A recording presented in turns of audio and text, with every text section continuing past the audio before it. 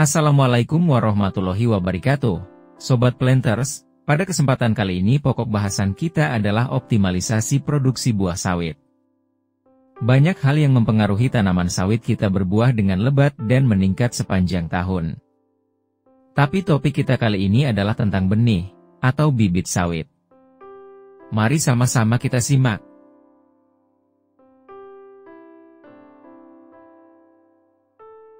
Optimalisasi produksi tanaman sawit, yang terpenting adalah penggunaan bibit yang direkomendasikan oleh penyedia bibit, agar produksi tanaman dapat optimal.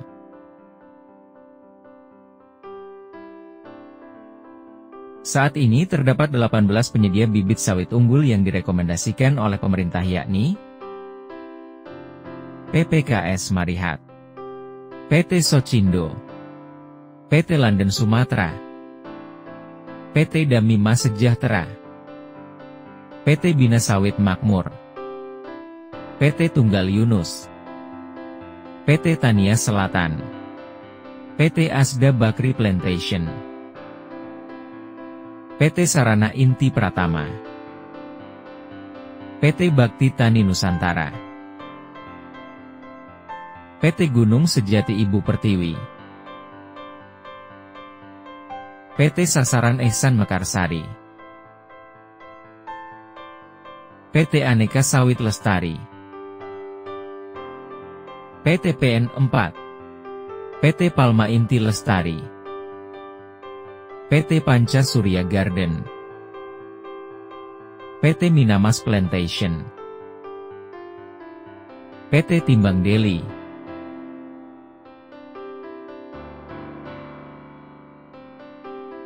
Berikut adalah produktivitas tanaman kelapa sawit dari varietas Tenera, berdasarkan kelas lahan efektif, dari 5 produsen benih sawit yang direkomendasikan.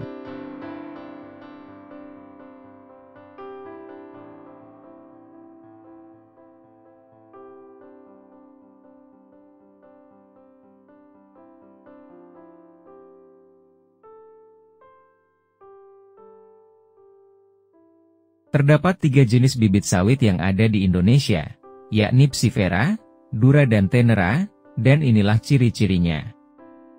Psifera, jenis bibit ini biasa digunakan sebagai indukan jantan untuk membentuk jenis Tenera, dengan ciri-ciri cangkang yang berukuran sangat tipis, brondolan buah relatif kecil, sehingga jenis ini tidak cocok dibudidayakan secara massal.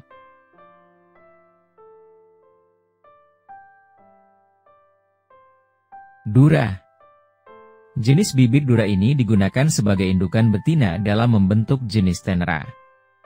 Jenis ini memiliki ciri-ciri cangkang yang tebal dan keras, ukuran biji yang sangat besar, daging buah yang relatif tipis, inti buah yang besar, dan memiliki kadar minyak sedikit 15 hingga 17%.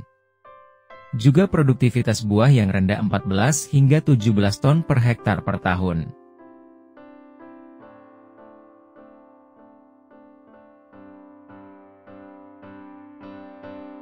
Tenera. Tenera merupakan bibit hasil persilangan jenis Psifera dan Dura. Mempunyai ciri-ciri, memiliki daging buah yang tebal, lapisan cangkang yang tipis, memiliki kadar minyak yang tinggi antara 18 hingga 30, dengan produktivitasnya cukup tinggi, dan ini adalah benih yang direkomendasikan untuk menjadi tanaman yang menghasilkan.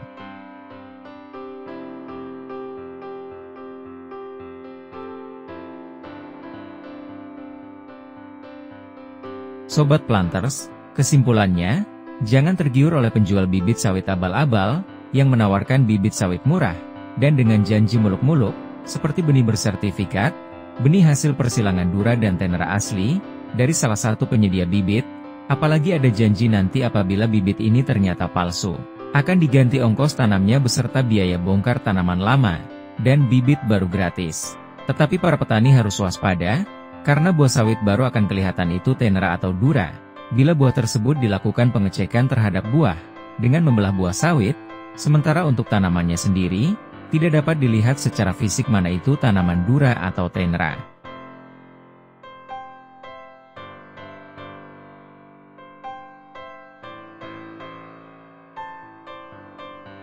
Rata-rata tanaman sawit akan berbuah setelah usia tanam 3 tahun, dan apakah ada jaminan penjual bibit tersebut masih ada di tempat kita? untuk diminta pertanggungjawabannya terhadap bibit yang dijualnya adalah abal-abal. Mintalah petunjuk dan informasi kepada Dinas Perkebunan setempat tentang bibit yang beredar di masyarakat, dan rekomendasi pedagang bibit yang terdaftar di Dinas Perkebunan. Baiklah Sobat Platters, demikianlah informasi singkat tentang bibit tanaman sawit, yang direkomendasikan oleh penyedia bibit, dan cukup waspada dari pembelian bibit abal-abal. Semoga informasi ini bermanfaat. Terima kasih. Wassalamualaikum warahmatullahi wabarakatuh.